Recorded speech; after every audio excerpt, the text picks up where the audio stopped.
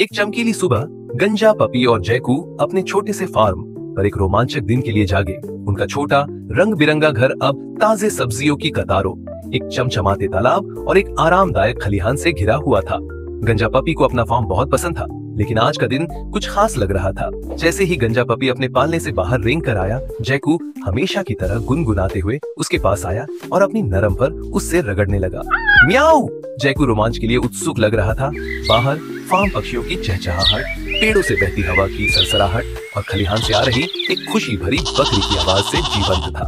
जिज्ञासु गंजा, पपी और जैकू खलिहान की ओर गए। अंदर उन्होंने एक नन्ही डगमगाती हुई नवजात बकरी देखी, जिसकी सफेद नरम फर और बड़ी बड़ी जिज्ञासु आंखें थीं।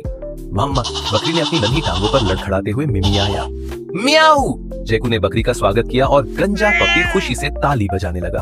हम तुम्हें बबली कहेंगे, उसने बड़ी हंसी के साथ कहा। बबली खुशी से मिमियाई, मानो अपने नए दोस्तों के बीच घर जैसा महसूस कर रही हो। तभी बाहर से एक दोस्ताना भौंकने की आवाज आई।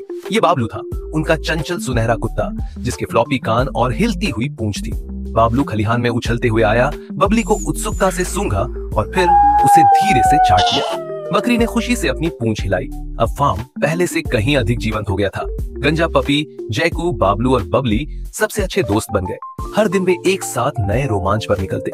एक दोपहर गंजा पपी ने सब्जियों के बगीचे का पता लगाने का फैसला किया। हरे पौधों की कतारों के बीच रेंगते हुए उसने एक बड़ा चमकदार लाल टमाटर पाया।